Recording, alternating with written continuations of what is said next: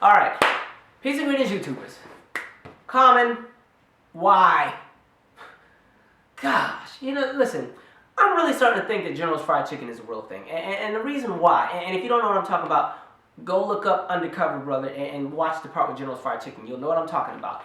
But I'm really starting to think it's a real thing, and I'm really starting to believe that a lot of these black public figures are eating it. Like, I know for sure Clarence Thomas had to be the first person to try it, and he went back for seconds, all right? Ben Carson had some. He must have had his first plate a few years back, and he's been tripping ever since. Don Lemon done ate some. Pharrell and whatever mushrooms he's on, now he's eating it too. Kanye, he got with Kim, now he's eating it. Now I got to deal with, Raven-Symoné. I can't even enjoy Cosby like I used to because she's eating it well too. And now I got to deal with that Common's eating it, and it's pissing me off because Common has always seemed like he was somebody who was always down. What I've always loved about Common, he's very empowering. He's about unity. He's about love. But for some reason, and honestly, like Common seems like he's down, like in our back corner. Like I know when Common makes greens, he puts the fat back in the greens. Like he has the fat back in the neck bone, and the juices just slip and slide off the bone right into the greens. And when he makes cabbage, there's bacon in the cabbage. All right, I just like that's the type of person I see him as.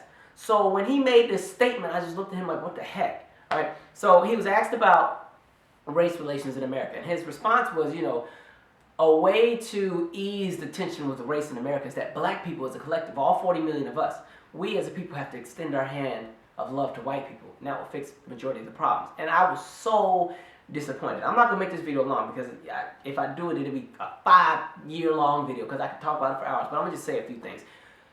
Common, the burden is not on black people. The burden of effort is not on us. We as a collective have always done our part. And I had to write this down because I knew I was going to forget half the stuff I wanted to say.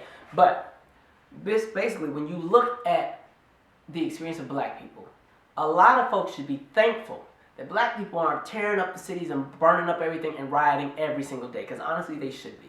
All right? In my opinion, when you look at everything that has happened to us, we got the short end of the stick. And my issue with these public figures, these black public figures that always do this and always feel that they need to be the spokesperson for 40 million people when we didn't ask you to be, because no other group of people has a spokesperson, but for some reason we always got to have one. They always speak about the end result of a structural system. They don't talk about the structure and the foundation of that system that's making things the way they are. They talk about why we're acting the way we are, to that we don't nothing about the structure, just why we're the way we are, because somehow we just woke up like this. All right, I get frustrated because I'm like, Common is basically saying, as a collective, and I had to write these down, we have to look past slavery and Jim Crow, the failed attempt at Reconstruction, Black Code, Sundown Towns, the Nadir Period, all the hate groups like the Klan and Aryan Nation and the Skinheads, the unfair justice system, the school-to-prison pipeline, standardized testing, sterilization, unfair housing, gerrymandering, the fact that the job market is not fair, food deserts, gentrification, cultural appropriation, white fear of black people to the point where there has to be laws and policies put into place to keep us in line, the 3 strikes rule, all right, police brutality, the fact that every 28 hours somebody that looks like me is being shot and killed by police, and the fact that as a black man I'm still 21% more likely to be shot and killed by a police officer, the fact that black women make 61 cents to every white man's dollar. I know y'all always talk about, well, white women make 78 cents, well, black women are making 61, all right? The fact that standards of beauty are determined by the lens of white people. So now you have these black people who don't think they're attractive, and they're going out of the way bleaching themselves because they want to look different. They're putting in hazel and blue and green contacts to appear exotic. They're going out of their way to claim the 1/212 bit of Cherokee that they think they have so they can appear to be exotic because it's not good enough to be just black. All right, the fact that our culture is not represented in pop culture unless a white person is doing it, and then on top of that, when our culture is represented by us, it's considered inferior. Case in point, Janet Jackson versus Madonna. Clearly, one has more talent than the other, but one's success and caliber supersedes the other at least 7 times. All right, the fact that we as a people, black people, most of us can't trace our lineage past our grandparents and great-grandparents because our history has been stripped from us. The fact that we only speak one language when we were brought up speaking different ones, now our languages have been stripped from us.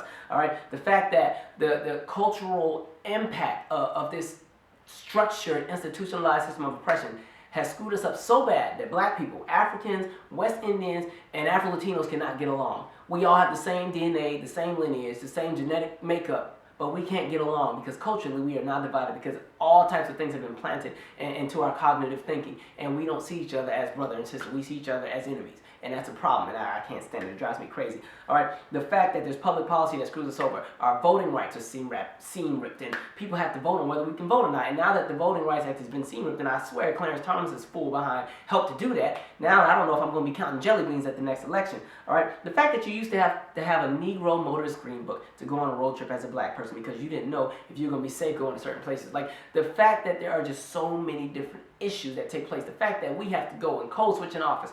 We have to bypass and look past all of that.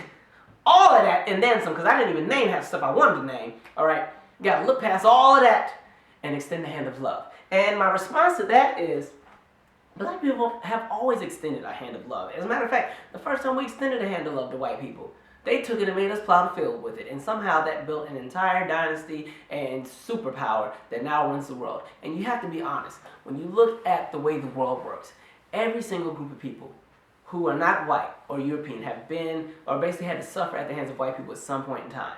Historically, white people, I'm just calling a spade a spade. You can take it as me being racist or reverse racist, whatever you want to say. But let's be honest, okay? Every group of people on this planet who is not white has had to suffer at the hands of white people at some point in time.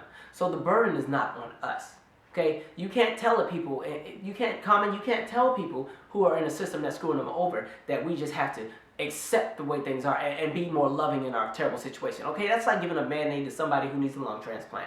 And not only that, all they need is a lung transplant. It's like saying, oh, well, you know, we have the lung that you need, but unfortunately you're number 829 on the list because there's a whole, you know, there's 828 people in front of you on the list or whatever who are better than you and they have priority over you. So you know what we can do? We can give you some medicine to make you more comfortable as you die. Because I feel like black people as a collective, we are dying. Not physically, but as far as our progressiveness and the richness of our culture, it is dying because all of the life is being sucked out of us because we got to deal with so much bullshit. And then you want to tell us that we just need to love white people a little bit more. And I'm like, we've always loved everybody, all right? You can't get mad that we have a reaction to all the nonsense that we have to deal with, and it may not be as pleasant. That has nothing to do with us not loving white people or not. I'm not going to say it's not us loving white people, but it's not coming from a place of hate. And even if we did have it, there's not a power behind it that can change anything. So my thing is, you need to attack the structural system that's screwing us over. You have to attack things at the foundation, at the roots. That's the issue, all right? You want to help black people? You want black people to be happy about the way things are? The same thing when you talk about the continent of Africa. The economic policy has to change. The structural system has to change. The laws that are in place. The power structure has to shift. It has nothing to do with how we feel about the conditions that we're in, that we have no power over, because we're not in that position of power to change it, even when we think we're voting and we're doing something, and even at the end of the day.